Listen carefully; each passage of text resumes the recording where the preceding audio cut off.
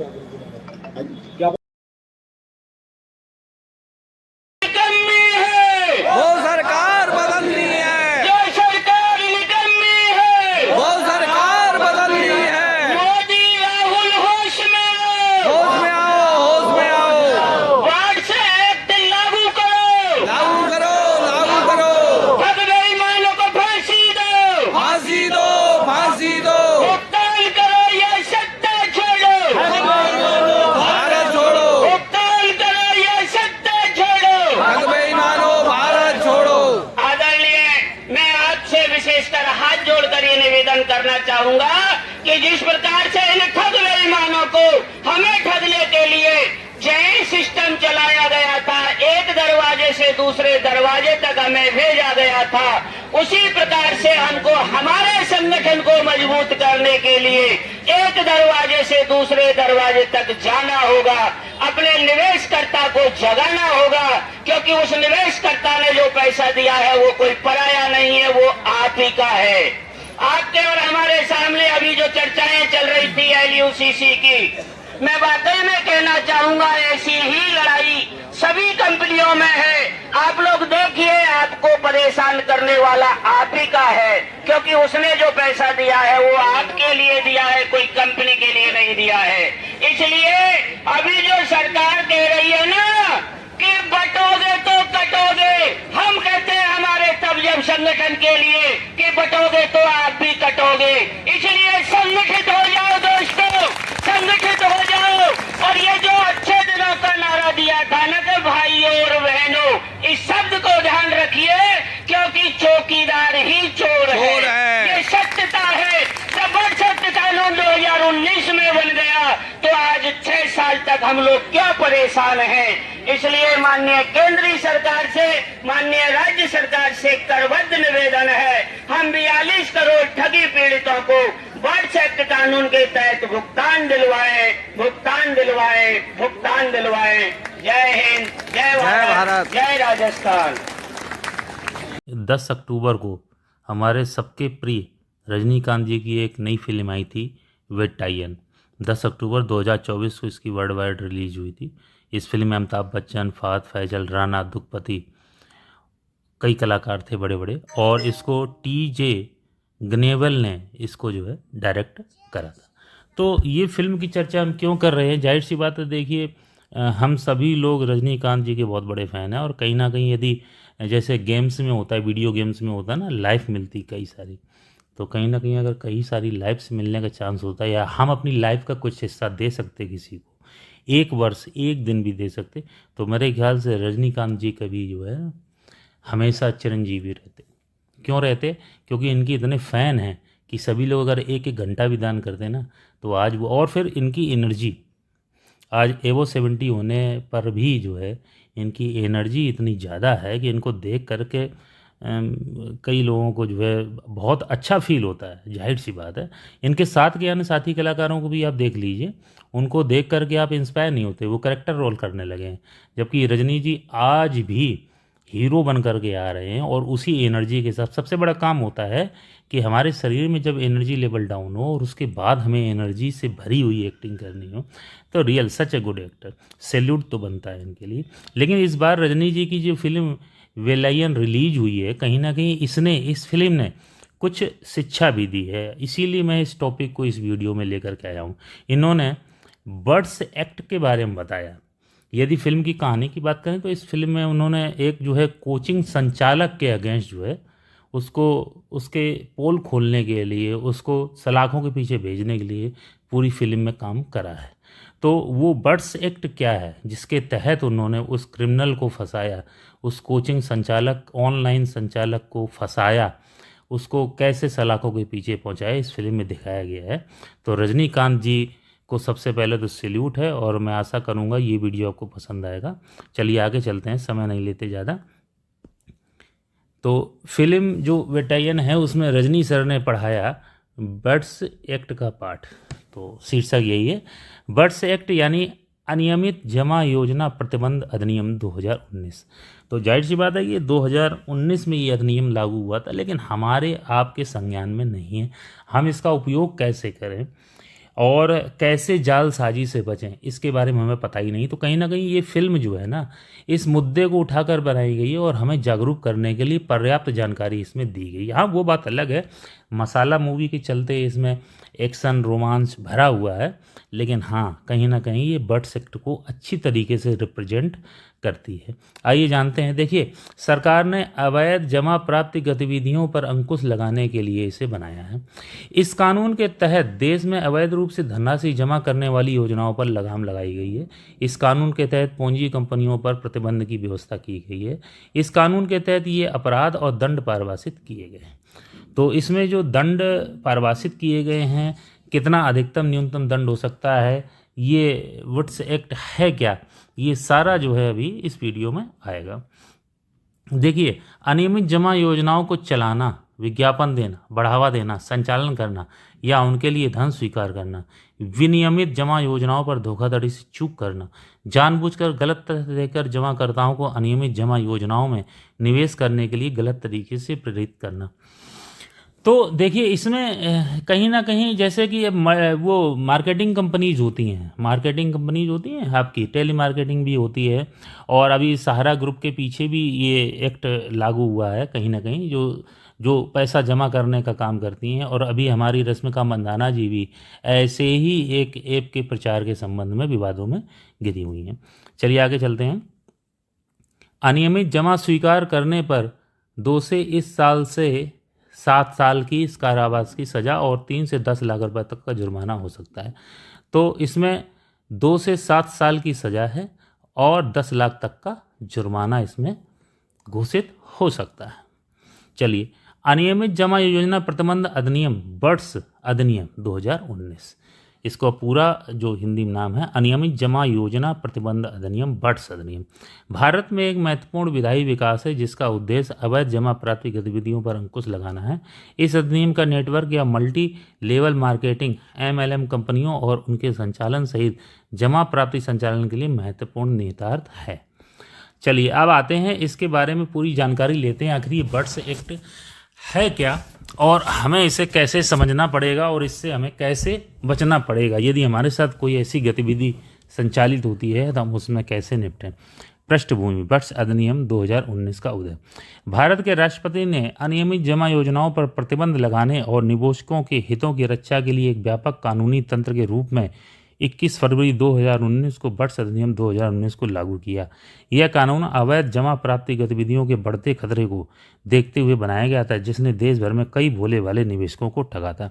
आपने कमेटी का भी नाम सुना होगा, कमेटी भी इसी के दायरे में आ जाएगी, जहाँ पर वो पैसे जमा करते हैं साप्ताहिक, मासिक, पाक्षिक, और उसके बाद कहते हैं लॉटरी निकलेगी और आपको वो पैसा मिलेगा। चलिए आगे चलते हैं। अनियमित जमा योजनाओं को परिभाषित करना। अब सबसे बड़े पहला प्रश्न ये, इसे पहचाना कैसे जाएंगे, आइडेंटिफाई कैसे करेंगे कि ये योजना या यह जो फ्रॉड हमारे साथ हुआ है या यह जमा योजना हमारी इस सीमा में बर्ड्स एक्ट के अंतर्गत आती है। BUDS अधिनियम 2019 अनियमित जमा योजना UDS शब्द को परिभाषित करता है, जो वैध और धोखाधड़ी वाले संचालन के बीच अंतर करने के लिए एक स्पष्ट रूपरेखा प्रदान करता है। UDS किसी भी व्यवस्था या योजना को संदर्भित करता है जिसके तहत किसी भी जमाकर्ता द्वारा किसी व्यवसाय संचालन के हिस्से के रूप में जमा की मांग की जाती है या स्वीकार की जाती है, जो कि UDS अध्यादेश में उल्लिखित विनियमित जमा योजना RDS नहीं है। इसलिए जमा के दायरे में आने वाली और UDS अध्यादेश के तहत RDS के रूप में वर्गीकृत नहीं की गई कोई भी योजना UDS मानी जाती है और निषिद्ध है। ठीक है, चलिए आगे चलते हैं। विनियमित जमा योजनाओं को समझना, इसको समझना।